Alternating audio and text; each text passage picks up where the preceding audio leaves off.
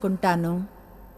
పెద్దవాళ్ళు జబ్బుతో ఉన్నారు, నా ఇంట్లో ఉన్నట్లుగా చూసుకున్నా అయితే అన్నీ సమకూరుస్తాను. తెలుసా, వాళ్ళు చాలా ఆశిస్తారు. ఎప్పుడు వాళ్ళ ఆశలన్నిటినీ తీర్చి సంతోషంగా ఉండలేను. ప్రజలకు సహాయం చేయాలంటాడు దేవుడు, నేను కూడా చేయాలంటాడు.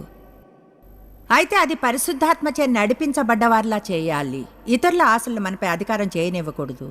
నేను తల్లిని, 4 బిడ్డలున్నారు, ఒకరికి భార్యని, 10 మంది గ్రాండ్ చిల్డ్రన్. నేను ఆశిస్తాను ప్రజల నుంచి. మేము సభలకు వస్తాం, ఆశ్చర్యం ఎంతమంది ప్రజలకు నచ్చుతుందో ఈ పని చేయడం, ఎంతమందికి ఆ పని చేయడం, మరెంతో మందికి వేరేదో చేయడం.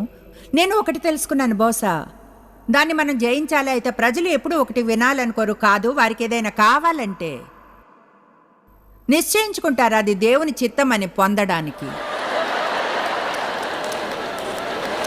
దేవుడు చెప్పాడు నువ్వు ఇది నా కోసం చేయాలని, దేవుడు చెప్పాడు ఆ సభకు వెళ్ళాలని, దేవుడు చెప్పాడు మీతో లంచ్కి వెళ్ళాలని.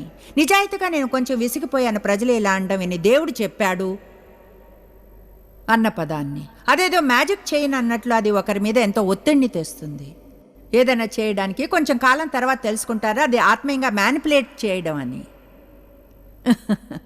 నిజంగా అయితే మనం అలా చేయకూడదు. సరే, గలతీ 1:10. ఇప్పుడు పౌలు ఇక్కడ ఏం చెప్పాడో చూడండి, ఇది చాలా ఆశ్చర్యంగా ఉంటుంది. నేను మనుషుల దయను కోరుచున్నానా లేక దేవుందా?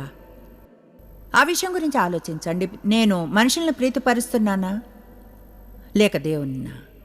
మనుషుల్ని ప్రీతిపరుస్తున్నానా? ఇప్పటికీ మనుషులను సంతోషపెట్టువాడనైతే క్రీస్తు మెస్సయ్య